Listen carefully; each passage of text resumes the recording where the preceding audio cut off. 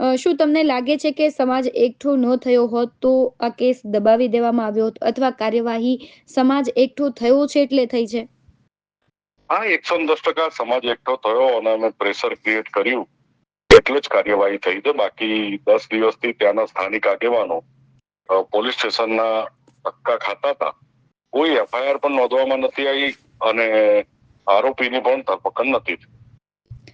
વરુણભાઈ, અહીંયા પ્રશ્ન એ ઉદ્ભવે છે કે જો કોઈ પ્રભાવશાળી સમાજમાંથી આવે છે અથવા કોઈ સંગઠન છે એ આવા કેસમાં પોતાનું પગ પસારો કરે છે તો જ કેમ કાર્યવાહી થાય છે? કારણ કે સામાન્ય લોકો છે અનેક વખત પોલીસ સ્ટેશનમાં જાય છે, ફરિયાદ કરે છે, તેમ છતાં તેમની ફરિયાદ નથી નોંધવામાં આવતી. એટલે પોલીસની આ જે કાર્યવાહી છે તમે તેને કઈ દ્રષ્ટિએ જુઓ છો?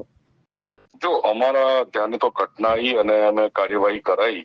હું તો આમાં કહું છું કે ખાલી પોલીસની ભૂમિકા બેજવાબદાર છે એવું નથી, પણ પીએમ કરનારા જે ડોક્ટરોની પેનલ છે એની ભૂમિકા પણ ખૂબ નિષ્ક્રિય રહી છે અને પીએમ રિપોર્ટમાં પણ એ લોકોએ ખૂબ મોટા પ્રમાણમાં બેદરકારી દાખવી.